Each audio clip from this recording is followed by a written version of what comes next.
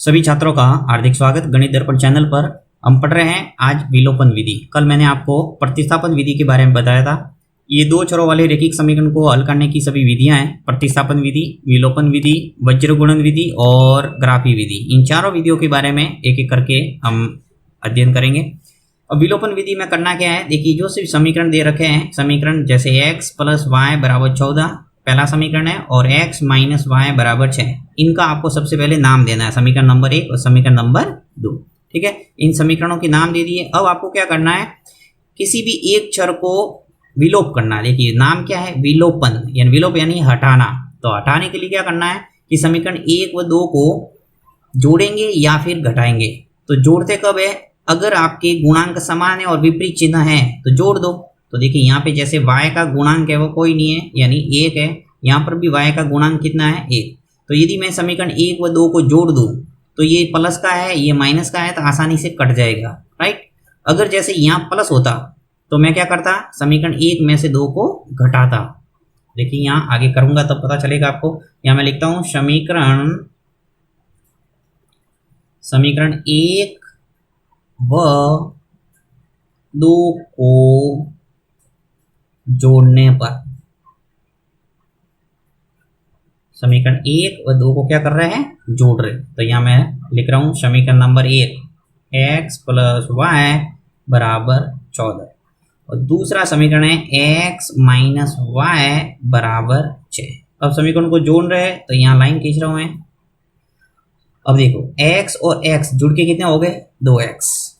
ठीक है, यहाँ पे देखो एक प्लस का है एक माइनस का है, तो विपरीत चिन्ह है तो क्या हो जाएगा, कैंसिल हो जाएगा। यहाँ से सीधा लाइन घुमा दो, यानी प्लस का y और माइनस y घट गया तो हमारे बच गया 0। तो लिखने का काम नहीं है 0।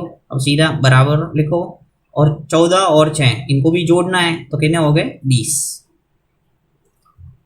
तो x का मान यहाँ से निकल जाएगा। देखो x बराबर ये 20, ये जो x का गुणांक है 2, ये 2 का क्या लग जाएगा, यहाँ भाग, गुणांक का क्या लगता है, भाग। तो x की वैल्यू हमारे पास आ गई, 20 में 2 का भाग दिया था, क्या आ गया, 10। इस तरह से हमारे एक चर का मान आ गया 10। अब इस चर x का मान मैं किसी एक समीकरण में रखूंगा तो मेरे y का मान भी आ जाएगा। तो मैं यहाँ लाइन खींच लेता हूँ, यहाँ लिखता हूँ कि समीकरण 1 में x का मान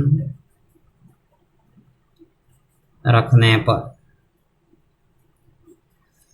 ये जो x का मान 10 आया वो समीकरण 1 में रख रहे हैं। आप चाहो तो समीकरण 2 में भी रख सकते हैं, किसी भी समीकरण में रख के आप दूसरे चर का मान ला सकते हैं। देखिए हल करने का मतलब ये है x का और y का मान लाना। तो यहाँ पे समीकरण 1 लिख लेता हूँ मैं, x + y = 14। x का मान कितना निकाला है, 10, तो x के स्थान पर क्या रखेंगे, 10 + y = 14।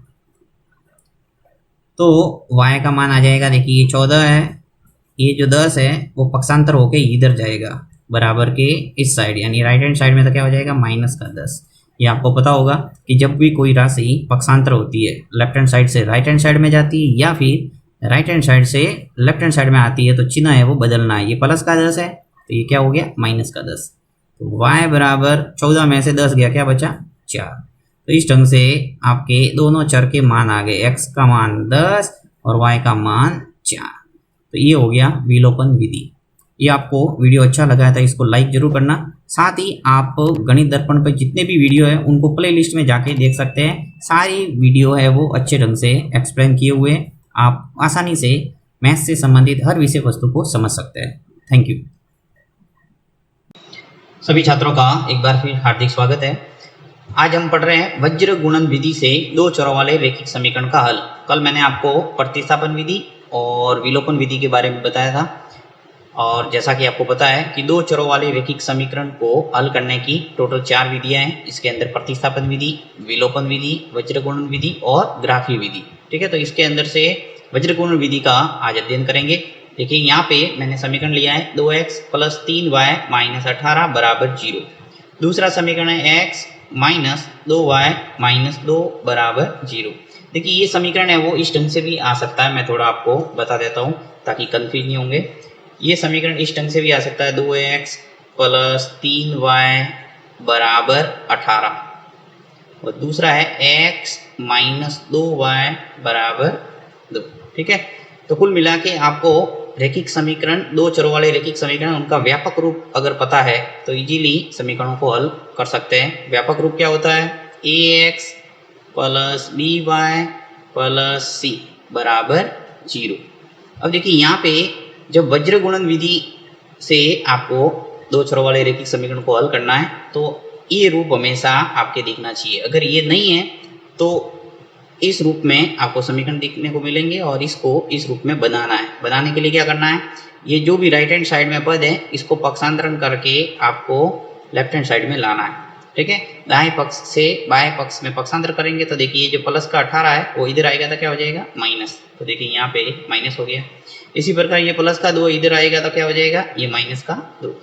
आगे हमेशा बराबर 0 होना चाहिए तो वज्र गुणन विधि है वो आराम से आपके सॉल्व हो जाएगी। तो देखिए ax plus by plus c बराबर 0, ये व्यापक रूप है। अब इसको भी थोड़ा अच्छे ढंग से समझ लो। देखिए x है, इसका जो गुणांक है वो क्या है? a। y है, इसका गुणांक क्या है? b। और अचर पद क्या है? c। तो यहाँ से आपको पता करना है। देखिए x का गुणांक क्या है? 2, y का गुणांक क्या है? 3, तो अचर पद क्या है? माइनस के 18। देखिए ये माइनस है तो हमेशा साथ में बोलना है माइनस को। इसी प्रकार यहाँ पर x का गुणांक क्या है? देखिए कुछ नजर नहीं आ रहा है तो इसका मतलब क्या होगा? 1। यहाँ पे y का गुणांक क्या है? 2 ना होके क्या होगा? माइनस 2। यहाँ पे देखिए माइनस है इसलिए माइनस को साथ में बोलना है। और अक्षर पद क्या है? c क्या है? माइनस का 2। ठीक है, तो a, b और c ये आपको पता करना आना चाहिए क्योंकि यहाँ पर वज्र गुणन विधि में इसी का काम होगा। अब मैं आपको वज्र गुणन विधि बताता हूँ तो जल्दी समझ में आएगी। देखिए सबसे पहले क्या करना है, इन दोनों समीकरणों से, चलो मैं इनका नाम दे देता हूँ, समीकरण नंबर 1 और समीकरण नंबर 2। ये दोनों समीकरण हो गए। इन दोनों समीकरणों से पहले मैं a1 b1 c1 और a2 b2 और c2 निर्धारित कर लेता हूँ दोनों समीकरण से। तो सबसे पहले देखिए a1 क्या है? यहाँ पे a1 है वो x का गुणांक, यानी पहले समीकरण में x का गुणांक है वो a1 होगा तो ये आ जाएगा 2। फिर b1 क्या है? b1 है वो y का गुणांक होगा 3। और c1 है वो अक्षर पद होगा पहले समीकरण का माइनस का 18। ओके, अब आपको दूसरे समीकरण पे जाना है। दूसरा समीकरण क्या है? देखो x माइनस 2y माइनस 2 बराबर 0। तो यहाँ से हमारा गुणांक आ जाएगा a2। दो समीकरण है, इसी नाम देते हैं, एक का 1 1 एक का 2 2। ठीक है, तो ये आपको ध्यान रखना है। तो x का गुणांक यहाँ कुछ नहीं है तो क्या होगा? 1, ये आ गया 1।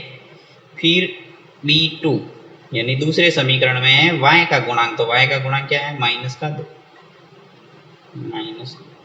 और c2 क्या है? माइनस का 2 c2, ये हो जाएगा माइनस का 2। अब आपको वज्र गुणन विधि का इस्तेमाल करना है तो इसके लिए क्या करना है, सबसे पहले यहाँ लिखेंगे x बट्टा, यहाँ आपको दो लाइन खींचना है ऐसे, जैसे मापांक कहते हैं इसको। x के नीचे आपको ऐसे करना है b1 और b2, c1 और c2, फिर बराबर y बट्टा, यहाँ पर भी वापस दो लाइन खींचना है। यहाँ देखिए आपको लिखना है c1 c2 a1 और a2, फिर अचर पद यानी 1 लिखेंगे और उसके नीचे भी आपको ऐसे ही दो लाइन खींचना है। यहाँ लिखेंगे a1 बट्टा a2 और b1 और b2। ये लिखने के बाद में इजीली आप इन सब के मान है वो रख लेंगे, a1 b1 c1 a2 b2 और c2। देखिए अब ये आपको अगर मान लो याद नहीं रहता है तो बहुत ही इजी तरीका मैं आपको बताऊंगा अभी। x के नीचे आपके बट्टा में आ जाएंगे इनके मान। देखिए b1 b2 c1 c2, यानी जब आप x का गुणांक लिख रहे हैं, यानी ये x का मान लिख रहे हैं तो इन दोनों की गुणांक आपको लिखना है कुल मिला के। y का गुणांक क्या है? 3। यहाँ पे y का गुणांक क्या है? -2। तो यहाँ से देखिए b1 b2 आ जाएगा। b1 क्या है? 3, तो यहाँ लिखना है 3। b2 कितना है? -2, तो यहाँ आ जाएगा -2। c1 और c1 कितना है? -18, ये आ जाएगा -18। और c2 कितना है? -2। ओके, यानी कि x के नीचे आपको ये x का गुणांक ना लिखना, आपको y का गुणांक और अचर पद लिखना है, यानी x के गुणांक को छोड़ देना है और बाकी दोनों गुणांक लिखने हैं कुल मिला के। फिर दूसरा, y के नीचे y का गुणांक छोड़ना और बाकी लिखना है, ये ध्यान रखना बस। देखिए y है तो y का गुणांक क्या b1 b1 था तो इसको नहीं लिया और दूसरे दोनों लिख लिए c1 c2 और a1 a2। तो c1 और c2 लिख लो। c1 क्या है देखो माइनस का 18, तो ये आ जाएगा माइनस का 18। a1 आ जाएगा यहाँ 2। c2 कितना है माइनस का 2, ये आ जाएगा -2 और a2 कितना है 1। फिर आगे बढ़ो, बराबर 1 बटा इसके नीचे लिखो ऐसे a1 a2 b1 b2, यानी जब आप 1 के नीचे लिख रहे हो तो x के और y के गुणांक दोनों लिखने हैं, यानी a1 a2 b1 b2। 2 और 1 3 और -2। अब देखिए क्या करना है, x के नीचे जो भी राशि है 3 -2 -18 और -2 इनका करना है गुणा। देखिए कैसे, x बटा यानी क्रॉस में गुणा करना। देखो 3 का गुणा -2 से और -2 का गुणा -18 से होगा और आपको घटाना है। देखो कैसे, 3 ब्रैकेट के अंदर बंद कर देता हूँ और इसका गुणा करेंगे -2 से, फिर घटाना है आपको इन दोनों का गुणा, यानी -2 का गुणा -18 से करेंगे और वो हम घटा देंगे। बीच में माइनस आ गया, इन दोनों का गुणा किया। देखिए क्या किया मैंने, 3 का गुणा -2 से, 3 का गुणा -2 से, फिर -2 इंटू -18, फिर बराबर ऐसे कैसे यहाँ पर भी करना y के नीचे भी, सॉरी देखो y के नीचे -18 इंटू 1, तो यहाँ लिख लेता हूँ -18 इंटू 1 हो जाएगा। फिर वो घटाना है, माइनस करना है, -2 इंटू 2, -2 इंटू, सबके नीचे वो का वो काम करना है। 1 के नीचे भी ऐसे कैसे, देखो 2 का गुणा -2 से 2 और ये -2, इसमें से घटाना क्या है, 1 का गुणा -3 से, सॉरी 3 से, 1 का गुणा 3 से। आगे बढ़ते हैं हम, x के नीचे गुणा कर देते, 3 का गुणा -2 से करूँगा तो क्या आएगा -6, यहाँ माइनस है, देखिए ये माइनस से लिखता हूँ एक बार। अब -2 का गुणा जब -18 से करेंगे तो माइनस माइनस क्या होता है प्लस, यानी कि प्लस के आ जाएंगे 36। फिर बराबर y के नीचे -18 का गुणा 1 से करेंगे तो -18 ही आएगा और यहाँ माइनस है, ये माइनस। अब देखो -2 का गुणा 2 से होगा तो क्या आएगा -4, और जब ब्रैकेट के बाहर आ जाएगा तो माइनस और ये माइनस हो जाएगा प्लस, यानी आ जाएंगे +4। फिर बराबर 1 के नीचे 2 का गुणा जब -2 से होगा तो -4 और यहाँ माइनस है, माइनस लिखो। 1 का गुणा 3 से करेंगे तो क्या आएगा 3। x बटा, अब देखो माइनस का 6 और माइनस के 36, माइनस माइनस जोड़ते हैं तो माइनस क्या हो जाएंगे 42। फिर बराबर y के नीचे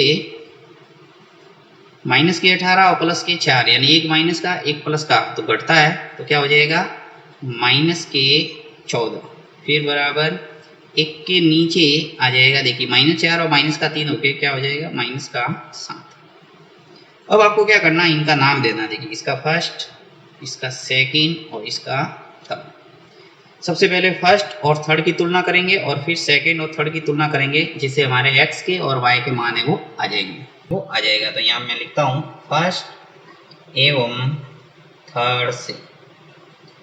तो फर्स्ट लिखता हूँ x बटा -42 और थर्ड है 1 बटा -7।